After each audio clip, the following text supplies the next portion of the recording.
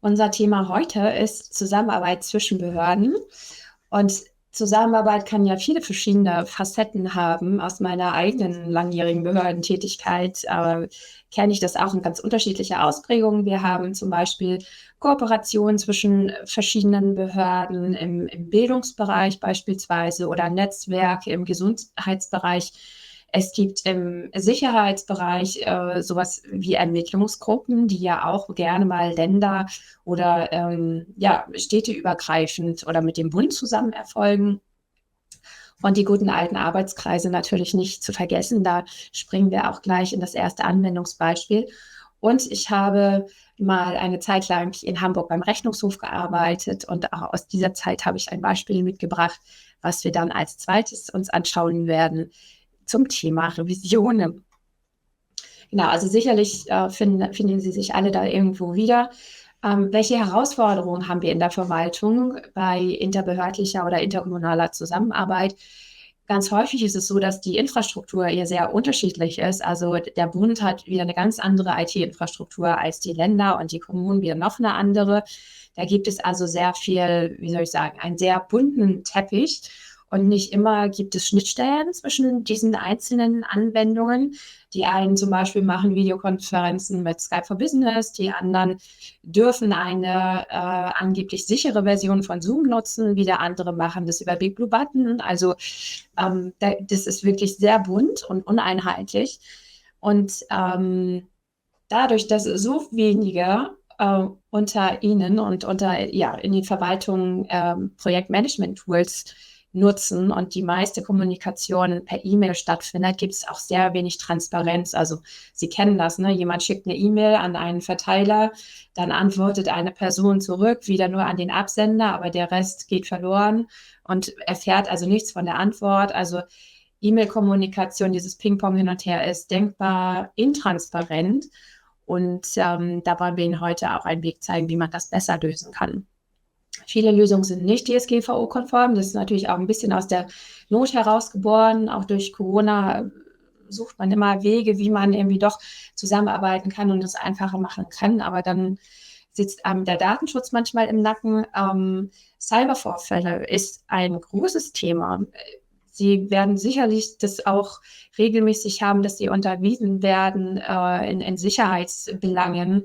Bitte keine unbekannten E-Mails öffnen, keine Anhänge öffnen, ne?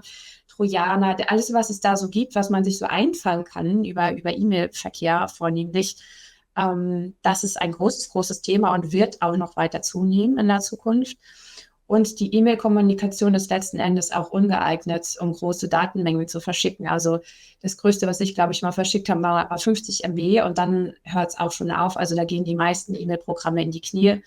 Wenn ich es noch versenden kann, dann kann der Empfänger das manchmal aber nicht empfangen aufgrund der großen Datenmengen. Also auch dafür sind andere Lösungen gefordert. Das ist so der Kontext, in dem wir uns heute bewegen. Und dann übergebe ich auch direkt zurück zu Christopher zum Thema Tool- und Rechtevergabe in Stackfield. Genau, dazu wechseln wir einmal kurz weiter und bilden erstmal einen Kontext vielleicht mal für Stackfield. Und zwar zielt unsere Plattform ja darauf ab, dass die Kommunikation und Zusammenarbeit im Team vereinfacht wird. Und dafür haben wir gewisse Funktionen bzw. Module auf der Plattform. Zum einen sehen wir hier gerade auf dem Slide, der gezeigt wird, zum einen den Aspekt Teamchat ganz links oben. Wir haben thread-basierte Diskussionen für die Kommunikation. Auf der rechten Seite sehen wir die Aufgaben- und Terminverwaltung für das Projektmanagement. Weiter unten sehen wir noch, dass wir eine Dateiverwaltung haben und wir können auch Workflows, wie zum Beispiel Abnahmen auf der Plattform darstellen. Und das Schöne ist eben, all diese Funktionen werden auf einer Plattform abgebildet. Das heißt, man muss eben nicht per E-Mail kommunizieren, hat parallel noch eine Videoconferencing-Software, die auch bei Slack integriert ist, oder eben noch eine Dateiablage oder vielleicht noch einen anderen Manager, um irgendwie Tasks oder Aufgaben zu verwalten, sondern das findet eben alles zusammengeführt in Stackfield statt. Und dadurch finden Sie die Inhalte auch deutlich einfacher wieder, was natürlich den Arbeitsalltag deutlich einfacher gestaltet. Und um jetzt hier all diese Elemente und Inhalte zu verwalten, haben wir auf Stackfield ein recht umfassendes Rollen- und Rechtemanagement. Und wir sehen jetzt gerade hier schon einmal die Ansicht für die Rolle Mitglieder. Wir haben verschiedene Rollen, die in der Organisation vergeben werden können. Die Organisation ist quasi das große Ganze auf Stackfield, in dem Sie zusammenarbeiten mit Ihren Kollegen, Kolleginnen und Externen. Weil in der Organisation gibt es dann eben verschiedene Arbeitsbereiche, die bei uns Räume heißen. Und die sind jetzt hier, eben weil wir uns gerade an sich viele Mitglieder befinden, grundsätzlich für die Mitglieder nutzbar, weil wir Mitglieder explizit zu den Räumen hinzufügen können. Und in diesen Räumen können sie dann sich dann eben mit Aufgaben, Dateien etc. austauschen. Und auf der rechten Seite sehen wir dann hier auch schon, was angehakt ist. Wir können Einträge erstellen, wir können die direkten Nachrichtenorganisationen nutzen, die Videokonferenz, die globale Suche. Und deswegen sind die Mitglieder bei uns eigentlich quasi die ganz normalen Kollegen, Kolleginnen, die aber wirklich Slack nutzen können, um sich im Alltag auszutauschen. Und wenn wir das Ganze jetzt restriktiver handhaben möchten, dass eben jetzt nicht Externe zum Beispiel alles nutzen dürfen, die Mitglieder, haben wir weitere Rollen, wie zum Beispiel hier die Gastrolle. Und jetzt sehen wir schon im Vergleich zur vorherigen Folie, wenn ich mal kurz zurückwechseln, dass jetzt einiges ausgegraut ist. Und zwar sieht der Gast das große Ganze der Organisation. Während die Mitglieder zum Beispiel eben mit anderen Personen mit direkt Nachrichten kommunizieren können, sich austauschen können, sieht der Gast alle weiteren Teilnehmer der Organisation nicht, sondern nur die Teilnehmer einzelner Räume. Deswegen ist auch so ein Raum hier in dunkelblau dargestellt, die andere ein bisschen hellgrau. Und in den Räumen selbst kann der Gast dann aber ganz normal mitarbeiten. Das heißt, er kann auch dort Einträge erstellen, kann die direkten Nachrichten nutzen, wenn er kontaktiert wurde durch eine andere Person, die berechtigt ist, diesen Gast zu sehen. Er kann die Videokonferenzen ganz normal nutzen und auch die globale Suche. Aber eben relevant ist, der Gast sieht das große Ganze der Organisation nicht, aber kann in den Räumen dann ganz normal mitarbeiten. Das heißt, wenn Sie jetzt zum Beispiel ein Projekt haben, wo ein Gast mitarbeiten soll, das ist überhaupt kein Problem. Der Gast sieht dann im Projekt alle Inhalte, kann eben alles machen, was auch Mitglied machen kann in der Organisation. Aber eben auf Organisationsebene, nicht im Raum selbst, ist der Gast eingeschränkt. Und jetzt haben wir noch eine weitere Rolle, die nochmal deutlich restriktiver ist. Und zwar ist die Rolle Externe. Und die Externen, die können ähnlich wie die Gäste das große Ganze der Organisation nicht wahrnehmen. Das heißt, auch die sehen die weiteren Teilnehmer der Organisation nicht. Aber die Externen können dafür in den Räumen dann auch wirklich nur einzelne Aufgaben, Dateien und Elemente sehen, die für die Externen des Arbeitsbereiches, also des Raumes, freigegeben wurden. Und entsprechend sehen wir hier auf der rechten Seite, was angehakt wurde. Die Externen können kommentieren auf gewisse Elemente, können Aufgaben bearbeiten, die ihnen zugewiesen wurden, können Videokonferenzen nutzen und auch Zeiteinträge zum Beispiel zu diesen Aufgaben hinzufügen. Aber das alles eben runtergebrochen, immer auf die einzelnen Elemente, die für die Externen eines Raumes freigegeben wurden. Das heißt, je nachdem eben, mit welchem Projekt oder für welchen Zweck Sie mit Externen zusammenarbeiten möchten, können Sie hier die vorgestellten Rollen nutzen, können entweder die als Mitglieder, Gäste oder Externe hinzufügen und auf Basis dessen dann eben hier die Rollen und Rechte schulen. Ja, soweit von mir. Ich gehe mal kurz zurück an die Silke. Genau, vielleicht noch als Ergänzung von mir. Ich bin zum Beispiel als Gast in der Stackfield-Organisation angelegt, um diese Webinare hier vorzubereiten. Ich kann also nur den Raum sehen, der für die Webinare angelegt wurde und nicht alles andere von der restlichen Organisation. Wir springen gleich in konkrete Fallbeispiele rein, wo wir diese zwei unterschiedlichen Rechte oder die zwei unterschiedlichen Rollen nochmal erklären, also den Unterschied zwischen der Gastrolle und der externen Rolle. Im Prinzip sind es ja beides externe, aber mit unterschiedlicher Abstufung sozusagen. Genau, und dafür haben wir Darf ich nochmal kurz unterbrechen, Silke? Ich habe mich gerade mal kurz zugeschalten gelassen, weil wir haben direkt eine Frage reinbekommen. Ja. Und zwar gibt es eine maximale Anzahl an Externen in den Räumen. Das kann man frei definieren. Also da gibt es kein Limit. Man kann genau bestimmen, wie viele Externe im Raum drin sein sollen und dürfen. Also da gibt es kein Limit. Aber wichtig ist, die Externen brauchen einen eigenen Account. Der muss angelegt werden. Das heißt, man kann jetzt nicht per Link die Inhalte irgendwie raussenden, damit der ganze Raum für die Externen sichtlich ist, sondern damit man auf den Raum zugreifen kann, benötigt man einen eigenen Account. Und wie man einzelne Inhalte noch weitergeben kann, erfahren wir gleich noch von der Silke. Genau, und ansonsten ist auch die Frage aufgekommen, können Gäste in einer Orga mehrere Räume sehen? Das ist möglich, also ich kann mehrere Projekte an einen Gast vergeben, beziehungsweise einen Gast zu mehreren Projekten hinzufügen und dann entsprechend die Verwaltung gestalten. Genau, dann wären hier zum Beispiel 2 Räume dunkelblau markiert. Ne? Wenn ich als Externer in 2 Räumen hinzugefügt bin, dann kann ich halt genau die beiden Räume der ganzen Organisation sehen. Genau, super, das war's von mir. Okay. Dann machen wir mal weiter mit unserem Anwendungsbeispiel. Wir haben wieder das gute alte Landesamt bemüht und heute ist das Landesamt als federführende Behörde in einem interkommunalen Arbeitskreis unterwegs. Und zwar geht es um das Thema Verkehrswegeplanung. Man könnte jetzt auch hier das x-beliebige andere Thema nehmen. Und wir haben uns dazu ein Fallbeispiel ausgedacht und da teile ich jetzt mal meinen Bildschirm. So sieht es also aus in Stackfield. Für alle, die es noch nicht kennen, einmal kurz erklärt. Wir haben hier links in dunkelblau die Seitenleiste. Dort kann man die einzelnen Räume sehen. Die sind jetzt in Raumgruppen zugeordnet. Hier zum Beispiel haben wir die Funktionspostfächer gesammelt in einer Raumgruppe oder die Projekte. Das ist aber heute alles nicht unser Thema, sondern heute geht es um das Thema Zusammenarbeit. Dafür habe ich eine extra Raumgruppe angelegt und wir haben diese beiden geschlossenen Räume, Arbeitskreis Verkehrswegeplanung und die Rechnungshofprüfung im Anschluss.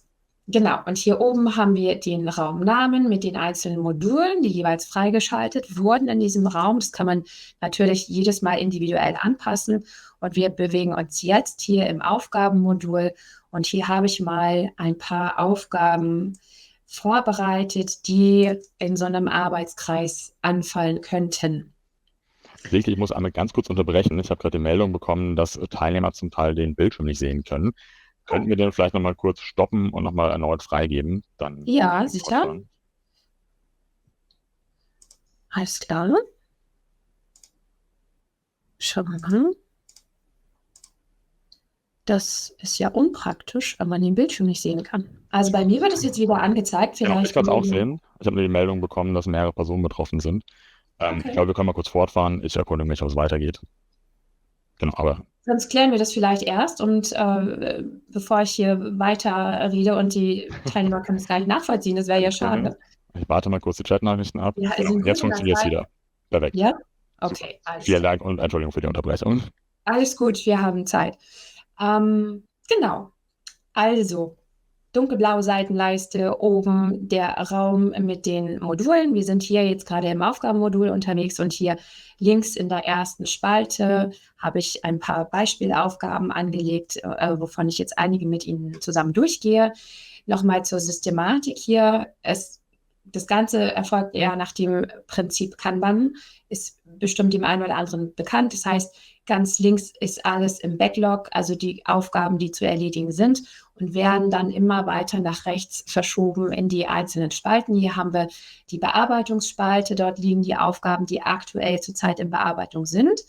Die wird sich gleich füllen. Und hier habe ich noch 2 Spalten erstellt für Unterarbeitsgruppen. Und zwar hat dieser Arbeitskreis 2 Unterarbeitsgruppen. Das ist einmal die Arbeitsgruppe Schulwege und ÖPNV und die Arbeitsgruppe Fördermittel. Und ganz rechts, wenn ich hier mal mit dem Balken rüber scrolle, haben wir noch 2 weitere Spalten. Das ist einmal die Erledigt-Spalte. Da kommt alles rein, was abgehakt ist und quasi vergessen werden darf. Und dann haben wir die Spalte Dokumentation.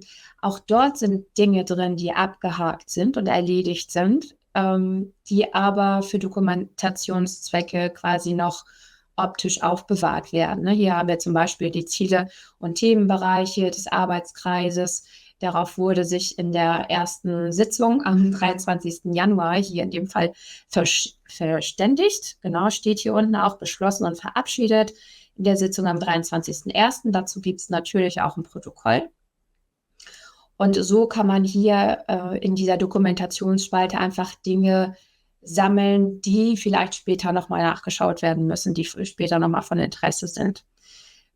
Wie gesagt, kann man machen, muss man nicht, ist jetzt hier von uns eine organisatorische Entscheidung, die wir getroffen haben, weil es einfach netter ist.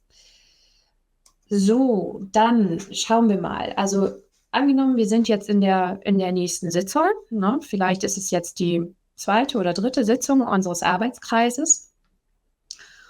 Und wir müssen natürlich erstmal das Protokoll freigeben. Ne? Protokoll der letzten Sitzung muss freigegeben werden. Das wurde vorab verschickt, beziehungsweise es wurde ein Link dazu verschickt, zu dem Dokument, was hier sich im Stackview befindet. Hier ist nochmal eine interne Checkliste aufgeführt. Und die können wir abhaken, sagen, Protokoll ist erstellt und versandt. Rückmeldungen dazu sind binnen einer Woche eingegangen. Die haben wir auch eingearbeitet und es wurde eine finale Fassung erstellt und die geben wir jetzt frei. Hier oben habe ich vermerkt, dass das eine Vorlagenkarte ist.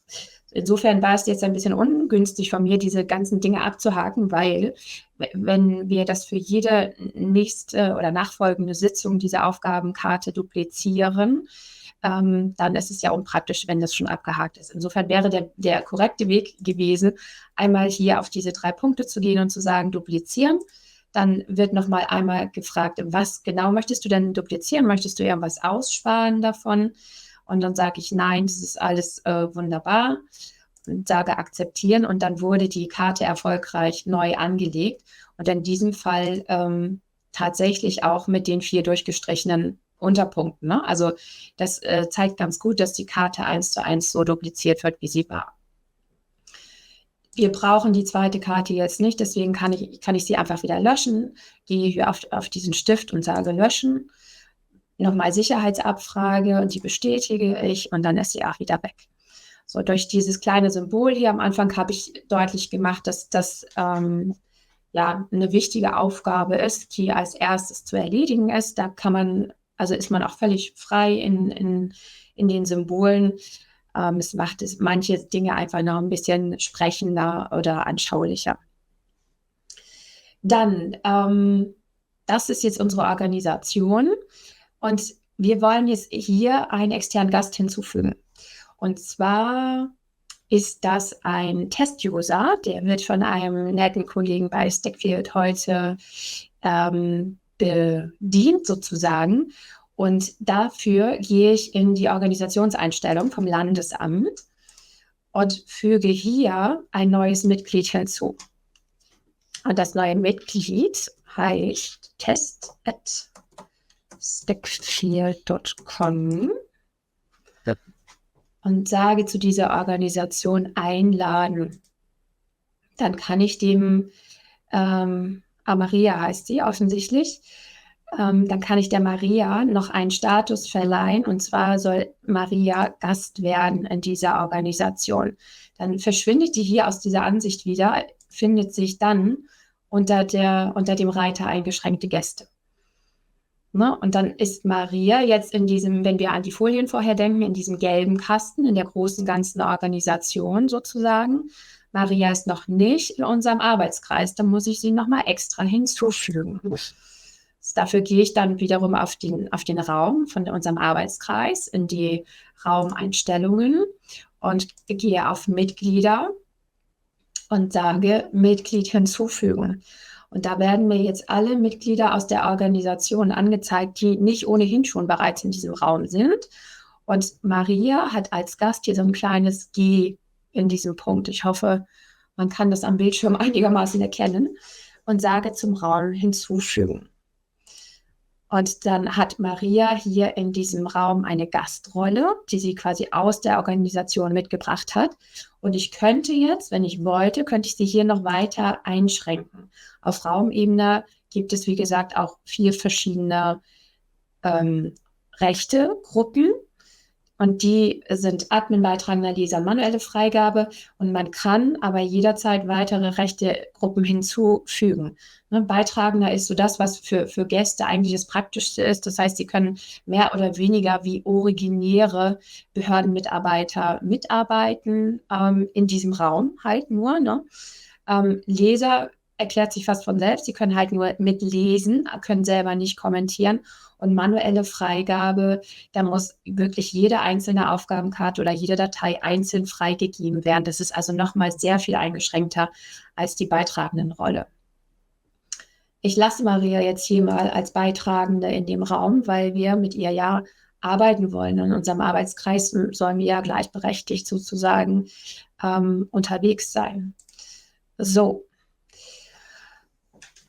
Jetzt haben wir quasi Maria als Gast hinzugefügt und genau, die individuelle Rechtegruppe erstellen zeige ich dann im nächsten Beispiel, wenn das von Interesse ist. Ich würde jetzt erstmal weitermachen und die Aufgaben bearbeiten. Das Catering für die nächste Sitzung, das ist, würde ich mal sagen, eine interne Aufgabe, die übertrage ich mal meinem Kollegen Dieter. Hat schon eine Fälligkeit, 11. Juni, es war vor einer Woche. Für heute, ja, kommt hin. Bis dahin hatte mein Kollege Dieter halt die Aufgabe, sich um das Catering für die heutige Sitzung, beziehungsweise für die Sitzung am 20. Zu kümmern. Und Dieter kommt aus der Kommune B. Ich habe hier nochmal extra Label eingerichtet für die verschiedenen Teilnehmerkommunen, sodass man das auch optisch visuell ein bisschen unterscheiden kann. Ne? Also wir haben hier Kommune A bis C, dann haben wir noch den Kreis, der ja möglicherweise auch mitarbeitet an unserer Arbeitsgruppe, und wir haben ein Label für alle, also Aufgaben, die alle betreffen. Auch diese Unterscheidungskriterien sind höchst individuell. Ich habe das jetzt hier als sinnvoll erachtet und weise diese Aufgabe zu. Wenn wir jetzt zum Beispiel eine Aufgabe haben, die heißt Bedarfsanalyse motorisierter Individualverkehr, da sind Studien auszuwerten und wir haben diese Aufgabe im Arbeitskreis verteilt. Und ich sage mal, ist eine Aufgabe, die macht die Kollegin aus der Kommune C, nämlich die Kollegin Mustermann. Dann weise ich ihr diese Aufgabe zu. Und ein Fälligkeitsdatum hat sie ja auch schon, also es ist noch ein bisschen Zeit bis Ende September. Und hier in dieser Aufgabe kann ich dann mit diesem Gast, mit der Kollegin aus der anderen Kommune kommunizieren und kann sagen, keine Ahnung, schaffst du das? Oder schaffst du das bis dahin? Ist vielleicht ein bisschen netter. So, und wenn die Kollegin aufmerksam ist, dann kommt da auch gleich eine Antwort drauf. Und so können wir halt, da ist sie schon, können wir halt in dieser Aufgabe zu genau diesem Thema kommunizieren, und alle anderen Mitglieder im Raum können da natürlich jederzeit reinschauen und können sehen, was besprochen wurde. Das ist der große Vorteil an so einem Projektmanagement-Tool, dass die Kommunikation da stattfindet, wo sie hingehört. Hier kann ich dann noch so einen Daumen nach oben vergeben, so, ne? Genau. Das ist eine Möglichkeit der Kommunikation. Ich kann mit Externen, die die Rolle Gast haben, auch direkt Nachrichten anfangen. Dafür gehe ich hier auf direkte Nachrichten und sage Plus und wähle hier die Maria aus und habe dann quasi ein 1:1 Chat mit ihr und sage, bist du morgen dabei? So, und dann wird hier, kann man das sehen, ja, in meiner Seitenleiste dieser direkte Chat mit Maria aufgeführt.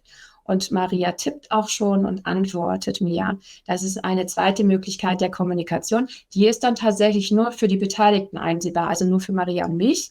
Man kann hier auch Gruppenkommunikation erstellen, also eine Dreier- oder eine Vierergruppe erstellen, wo man dann so quasi wie in WhatsApp seine Chatgruppen hat.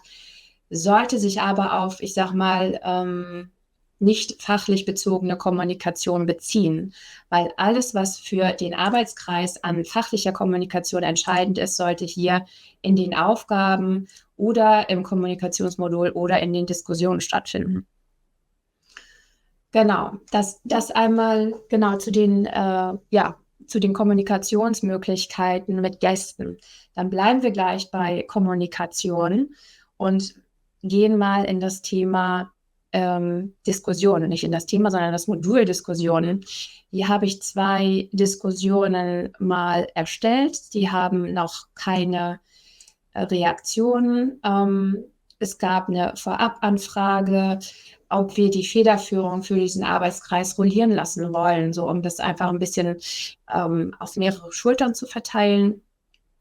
Ja. Und hier könnte, auch das kann Maria sehen als Gast, als Externe, und die könnte sich dann jetzt hier eintragen, weil ich komme ja aus Kommune B und Maria könnte jetzt sagen, jawohl, wir sind Kommune C, wir machen das dann nächstes Jahr zum Beispiel. Ne? Also so kann man, ich sag mal, Dankeschön. So kann man ja Kommunikation, die jetzt nicht fachlich, inhaltlich bezogen ist, sondern vielleicht organisatorischer Art ist, kann man dann über dieses Diskussionsmodul abwickeln. Und hier kann ich auch wieder direkt darauf antworten und sage, super, vielen Dank. No? Und genau, das ist wiederum auch für alle einsehbar, die in dem Raum sind. Genauso verhält es sich mit Umfragen. Ich habe hier eine Umfrage vorab erstellt, die ich mal an alle Arbeitskreismitglieder zur Verfügung gestellt habe. Und wir sehen, eine Stimme gibt es bisher, und das ist die Maria Mustermann aus Kommune C. und ich sage, ich kann nicht sehen, wie sie abgestimmt hat, solange bis ich selber abgestimmt habe. Und ich sage jetzt mal alle 8 Wochen. Und da kann ich dann sehen, dass Maria sich für alle 4 Wochen entschieden hat. So, also auch das ist eine Möglichkeit, um einfach und zeitunabhängig Entscheidungen herbeizuführen oder Stimmungsbilder herbeizuführen, womit man dann nicht kostbare Sitzungszeit verwenden muss, sondern das kann jeder in seinem Büro, an seinem Schreibtisch dann machen, vor oder nach der Sitzung. Genau. Gut, das waren die Diskussionen. Gibt es Fragen bis hierhin, Christopher? Eine Frage, und zwar die zurück. Und zwar bezieht sich das auf die Organisationseinstellungen, wer dort weitere Nutzer hinzufügen kann oder man das irgendwie einschränken kann. Standardmäßig ist es so eingestellt, wenn man Stackfield startet bzw. bezieht, dass Mitglieder und Administratoren weitere Teilnehmer hinzufügen können zur Organisation und dann entsprechend auch zu den Räumen, wenn sie Admins in den Räumen. Aber in den Organisationseinstellungen kann man auch das Ganze editieren, kann zum Beispiel sagen, dass Administratoren der Organisation Teilnehmer hinzufügen können und dann ist es eingeschränkt. Das war so die relevante Frage an der Stelle. Deswegen weitergehen. Genau, dazu passend habe ich noch einen Hinweis, dass wenn 2 Behörden mit Stackfield arbeiten, haben die logischerweise jeder seine eigene Organisation. Und wenn man dann einen gemeinsamen Arbeitskreis bildet und hier so einen Raum erstellt, dann muss die andere Behörde einfach nur die Organisation wechseln. Ne, da wird dann hier, kann ich auch mal zeigen, hier ist dann der vorletzte Punkt, der heißt Organisation wechseln. Da wird dann sogar auch angezeigt, wenn in einer anderen Organisation was passiert ist sozusagen. Und da kann man dann draufklicken und in meinem Fall habe ich jetzt hier 3 Organisationen zur Auswahl. Im Landesamt, das ist meine Webinarorganisation, kann ich in 12 Räume einsehen. In Stackfield, wie ich vorhin schon sagte, kann ich genau einen Raum sehen, nämlich der für die Webinarvorbereitung gedacht ist. Und dann gibt es hier noch mal eine Trainingsumgebung. Ich gehe jetzt zurück ins Landesamt. Genau, das war nur der Hinweis, was Behörden machen, die ohnehin schon Stackfield nutzen. Die wechseln, wie gesagt, dann einfach nur die Organisation. Zurück in unserem Arbeitskreis. Zu den Aufgaben. Ich hatte schon gezeigt, wie es abläuft, Zuständigkeiten zu vergeben, Label zu vergeben, Bedarfsanalyse, Individualverkehr zum Beispiel. Übernehmen wir mal dieses hier, die Entwicklung der Schülerinnen und Schülerzahlen in den beteiligten Kommunen. Daran arbeiten zum Beispiel mein Kollege Dieter und die Kollegin Mustermann aus der Nachbarkommune. Und ich vergebe hier mal eine Fälligkeit zu Ende Juli. So, daran kann ich mich auch erinnern lassen. Schalte ich hier jetzt aber aus. Das heißt, es leuchtet, also das poppt bei den beiden sozusagen in deren Aufgabenliste auf. Und ich kann es auch nochmal optisch deutlich machen, dass es Kommune B und Kommune C sind, die daran beteiligt sind. Und dann würde ich dieses nämlich in die Unterarbeitsgruppe verweisen, diese Aufgabe. Ne, wir haben ja festgelegt, welche Arbeitskreismitglieder in welcher Unterarbeitsgruppe mitarbeiten. Und so würde ich dann das dahin schieben, genauso wie diese Karte hier ÖPNV gehört auch in die Unterarbeitsgruppe. Was haben wir noch? Landesmittel, Antragsvoraussetzungen prüfen.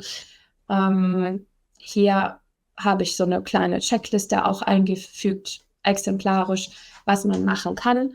Das würde ich jetzt zum Beispiel einen ganz dritten Kollegen geben, der vielleicht aus Kommune D kommt. Den haben wir jetzt hier nicht eingeladen, aber einfach nur mal, um das visuell deutlich zu machen. Und das gehört dann auch in die entsprechende Unterarbeitsgruppe. Genauso wie, was haben wir noch? Was passt da noch zu? Landeskonferenzverkehr, auch da werden ja mitunter Fördermittelthemen besprochen, würde ich jetzt auch mal hier dazu fügen. Dann haben wir noch das Thema Dateien. Haben wir hier irgendwo eine Datei schon angefügt? Nein, haben wir nicht. Dann würde ich das jetzt mal machen, und zwar bei, was nehmen wir denn da? nehmen wir mal hier die Aufgabe von Maria, haben wir hier oben immer dieses Büroklammer-Symbol und man kann natürlich Dateien vom Computer anfügen. In diesem Fall ist die Datei schon in diesem Raum hinterlegt und ich habe hier alle Dateien, die hier in diesem Raum vorzufinden sind. Und kann dann hier jetzt zum Beispiel die Beispielstudie hinzufügen. Und die hängt dann an dieser Aufgabenkarte an, kann jederzeit verändert werden. Beim PDF ist es ein bisschen schwierig, da muss man dann halt erst, entweder man hat das passende Programm dafür oder man muss erst das ursprüngliche Word-Dokument ändern, um daraus ein neues PDF zu machen. Aber auf jeden Fall kann Maria dann nicht vergessen, ich aktualisiere es mal kurz, eine Sekunde. So, jetzt erscheint hier auch das Büroklammer-Symbol, kann nicht vergessen, welche Datei dazugehört. Aber die Dateien liegen alle hier und im Modul Dateien. Hier habe ich auch Nummer 4 Unterordner angelegt, wenn es sehr viele Dateien sind, einfach um ein bisschen aufzuräumen. Und ich würde jetzt zum Beispiel die Datei Protokolle zu Protokolle verschieben, die Studie zu Studien. Jetzt haben wir hier eine Vorlage für Agenda, das kommt zu Vorlagen, Protokollvorlage auch und so weiter. Also hier kann man dann auch entsprechend ein bisschen aufräumen. Genau. Ja. Das ist eigentlich das Prinzip Dateien und die Dateien kann Maria alle sehen. Die sind alle freigegeben, weil sie als Gast in diesem Raum anwesend ist, kann sie auch sämtliche Dateien sehen. Genau das Gleiche mit Kalendereinträgen, also wenn Termine erstellt werden und so weiter. Dann haben wir noch, vielleicht ganz interessant für die Zusammenarbeit, das Whiteboard. Hier haben wir mal ein Beispiel-Whiteboard erstellt, wo man auch zusammenarbeiten kann, simultan. Wenn ich jetzt sage, hier dieses Whiteboard bearbeiten, dann sehe ich, dass Maria schon da ist und hier schon fleißig ihre Kärtchen schreibt. Und auch ich würde jetzt mal hier so ein Post-it nehmen und da einfach was reinschreiben und sagen, nix. Das ist natürlich keine adäquate Antwort. Es dient jetzt nur zur Demonstration und Maria macht das Gleiche für ihre Ansicht sozusagen. Ne? Das einfach nur als Hinweis, dass auch die Whiteboards nochmal so eine Zusammenarbeit unterstützen können. Das haben wir jetzt hier vorbereitet mit den Post-its. Ne? Das ist natürlich ansonsten weißes Blatt Papier, was man nach eigenen Vorstellungen gestalten kann. Das dient jetzt nur als Vorlage und ich sage, die neue Version speichern. Und wenn ich dann nochmal reingehe, dann sehe ich hier oben Version 4. Die erste Version ist von gestern und so sind dann immer weitere Versionen hinzugekommen. So kann man also auch den Bearbeitungsstand dieses Whiteboards nachvollziehen. Wenn ich jetzt auf Version 3 gehe, dann sind die Post-its da noch nicht da. Und hier oben sehe ich habe Version 3 von 4. So, dieses Prinzip der Versionierung funktioniert mit Dateien im Übrigen genauso. Okay, ich schaue mal auf die Uhr. Wir haben jetzt noch 10 Minuten. Deswegen würde ich noch mal gerne in dieses andere Anwendungsbeispiel springen und noch einmal einen kurzen Blick auf die Fragen werfen. Christopher, ist da noch was eingegangen? Ist in der Tat etwas eingegangen und zwar bezogen auf Dateien. Und zwar, ob man Dateien auch an Personen freigeben kann, die eben keinen Zugang zu Stackfield haben.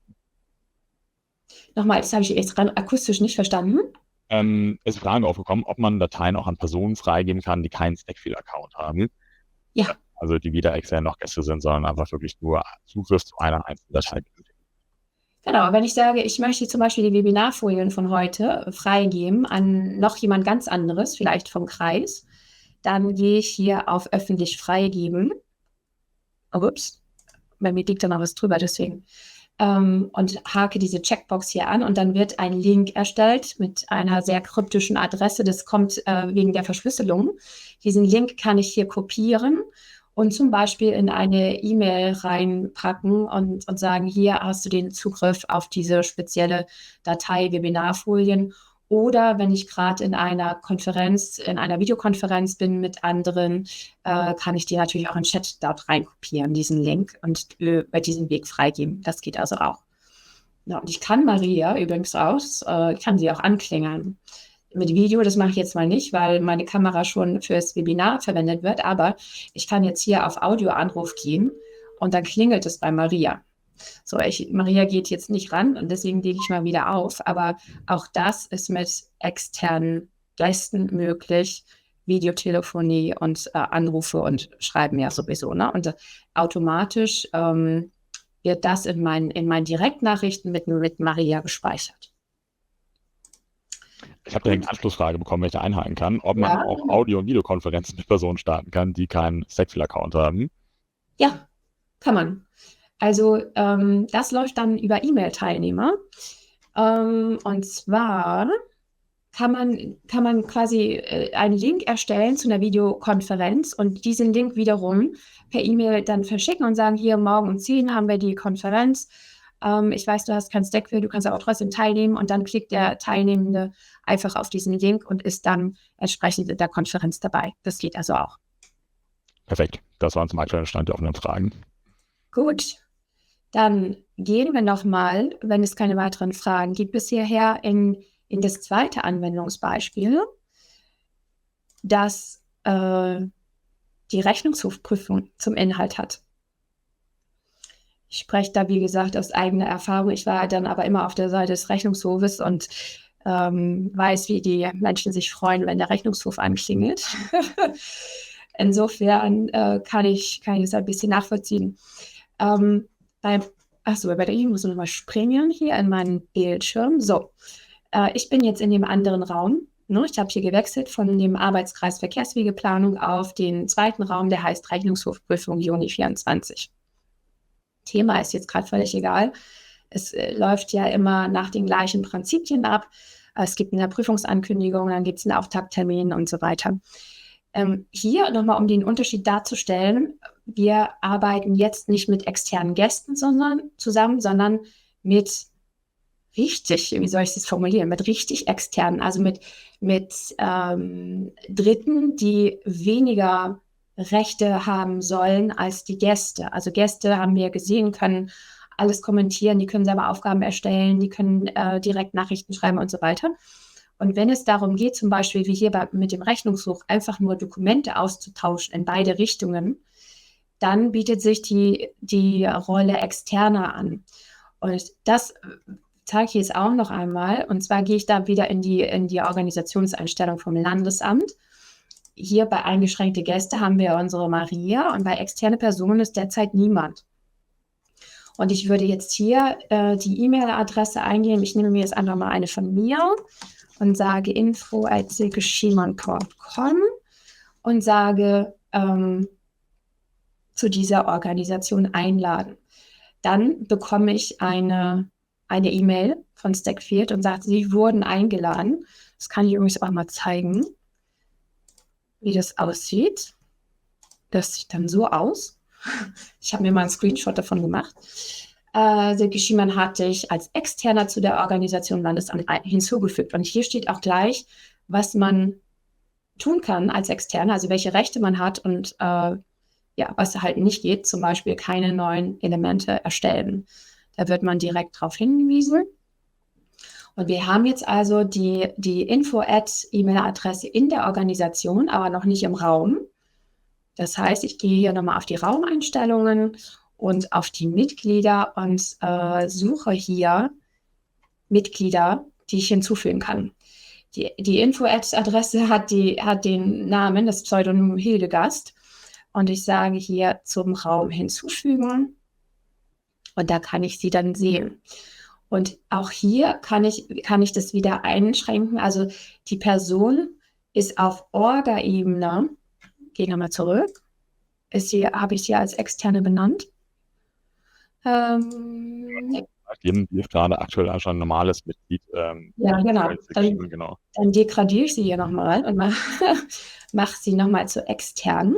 Dann verschwindet sie aus dieser Übersicht und erscheint hier unter externe Gäste. No?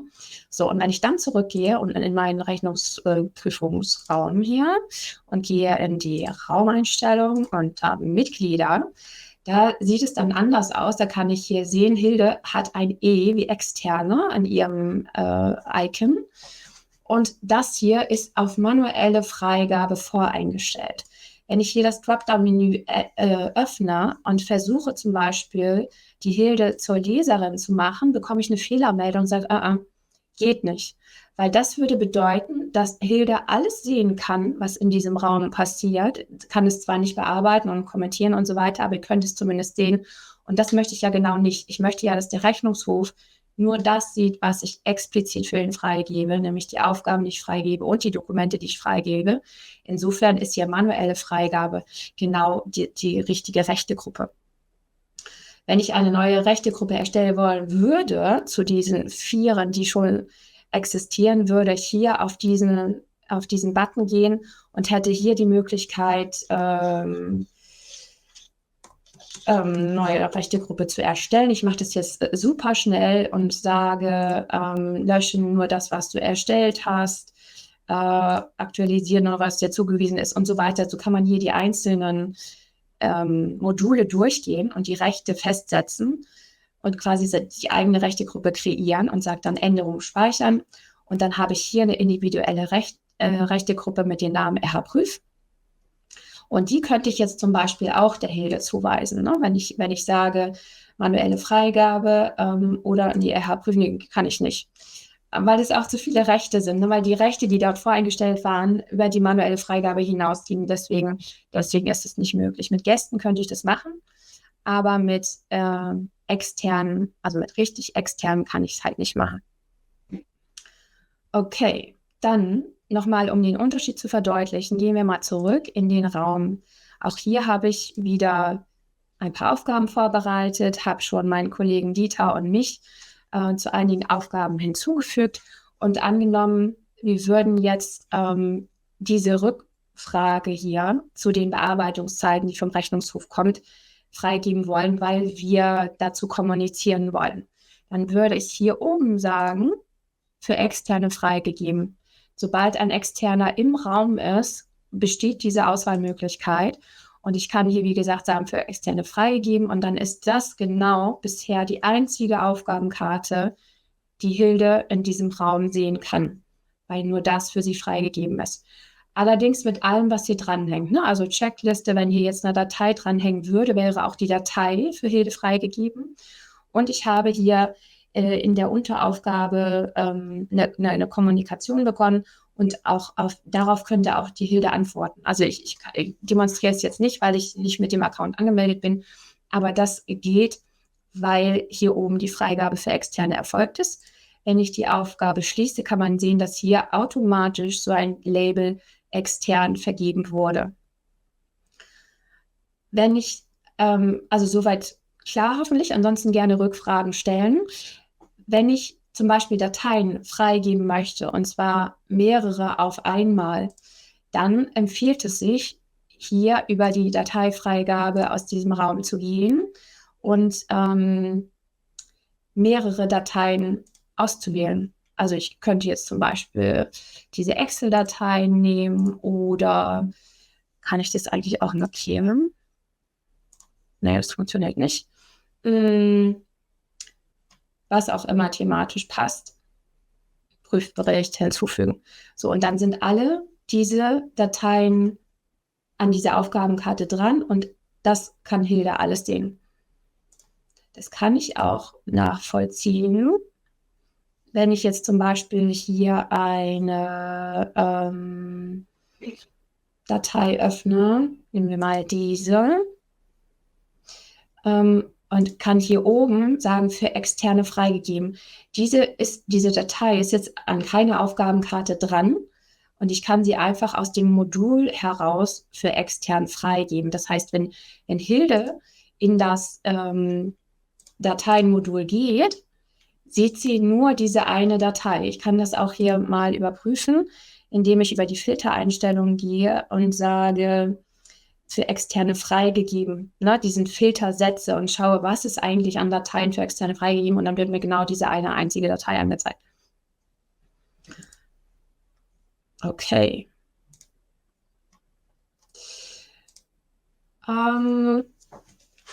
Genau, das ist also der wesentliche Unterschied. Einfach nochmal verdeutlicht, dass was alles, hier ist nochmal eine Nachfrage zum Thema Vollzeitäquivalente, die habe ich jetzt auch für extern freigegeben und ich kann sie sogar auch zuweisen. Ne, dann ist es quasi doppelt freigegeben. Hier nochmal der Hinweis, dass ich aber intern das durch meine Referatsleitung freigeben lassen muss.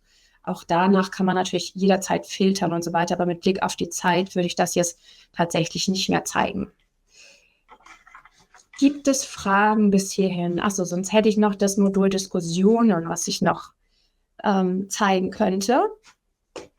Hier zum Beispiel habe ich die Frage nach Standardisierungspotenzialen. Also Rechnungshofprüfungen kommen ja immer wieder und eine zu prüfende Stelle fragt sich vielleicht auch, wie können wir es uns ein bisschen einfacher machen, dass wir beim nächsten Mal nicht wieder von vorne anfangen und das Rad neu erfinden.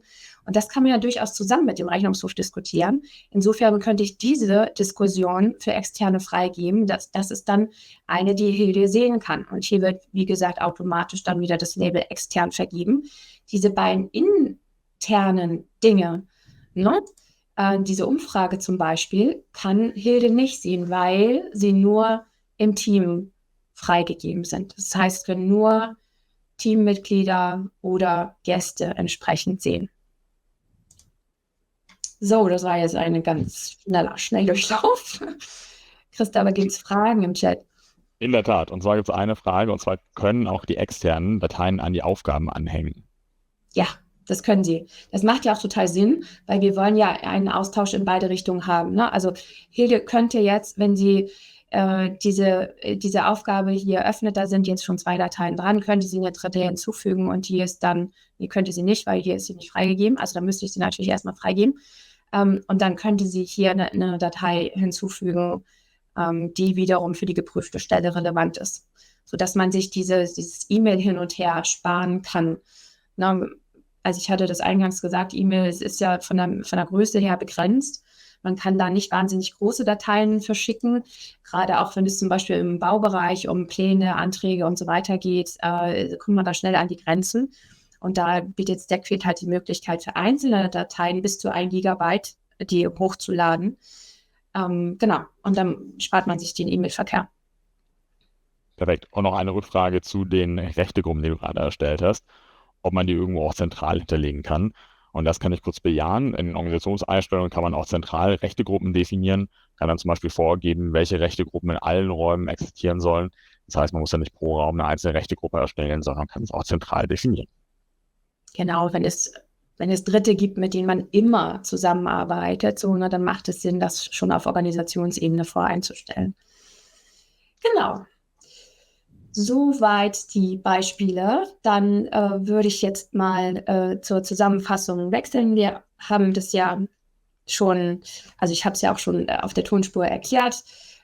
Kompatibilität und Schnittstellen erledigt sich durch Stackfield, weil das Tool cloudbasiert ist und für jeden quasi jederzeit im Zugriff ist. Völlig egal, was ansonsten auf irgendwelchen Servern oder Rechnern installiert ist. Datenschutz können wir auch einen Haken dran machen. Stackfield ist DSGVO-konform.